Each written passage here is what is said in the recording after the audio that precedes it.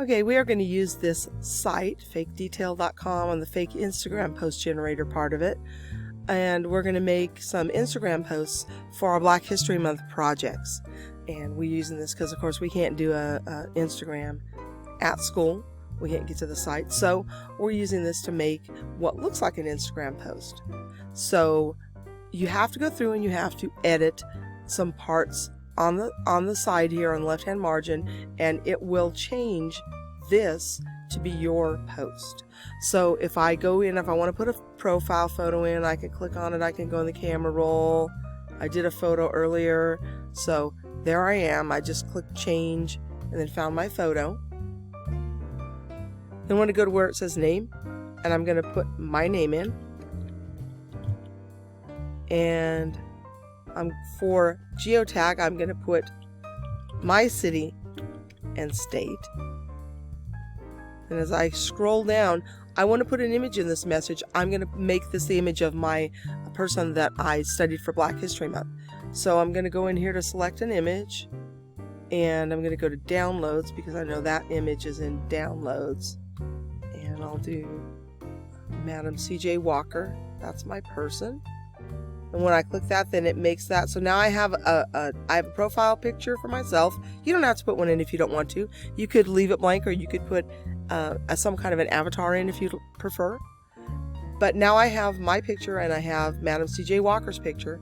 And what I want to do is I want to put a quote from Madam C.J. Walker. And there's a couple things you can add first, like for example, it says liked by and it says XYZ. So I could put something like liked by, and I could put somebody's name.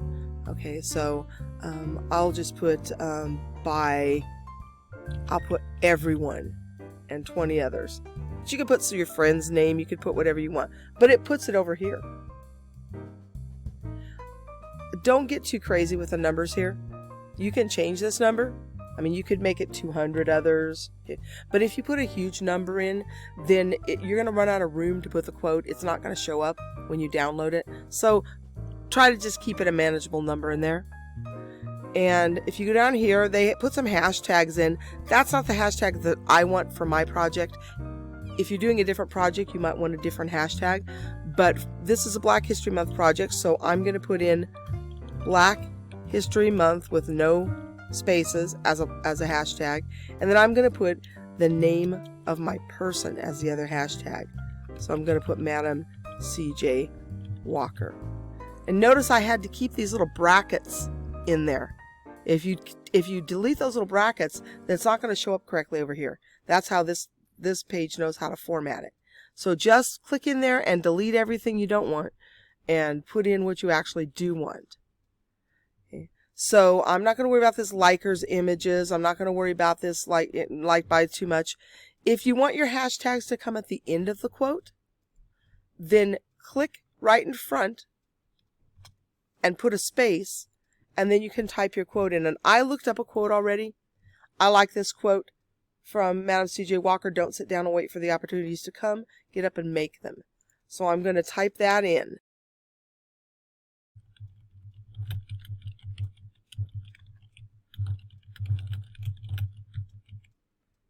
Okay, so now I have my quote here. And it shows up before the hashtags. If you want your hashtags first, then you can just click down here, because anything that you put down here would come in after the hashtags. But you can see that I ran out of room.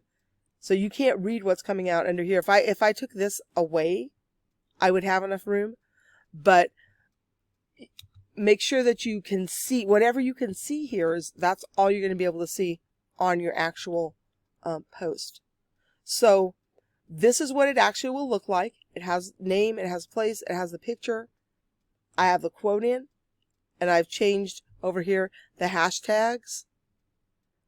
I've changed the liked by. It looks the way I want it to look.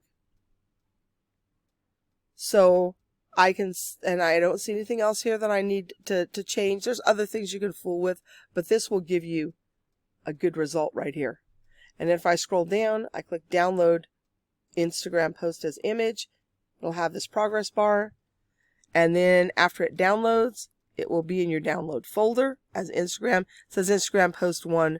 So if I go to my downloads, I have a bunch of them in here from different people, but I can go to, well, if I search Instagram post 1, you can see there's been some other ones in here, but if I click this one, I can open it. Looks just like this, and I can use this as a picture. And there's my Instagram post for my Black History Month person.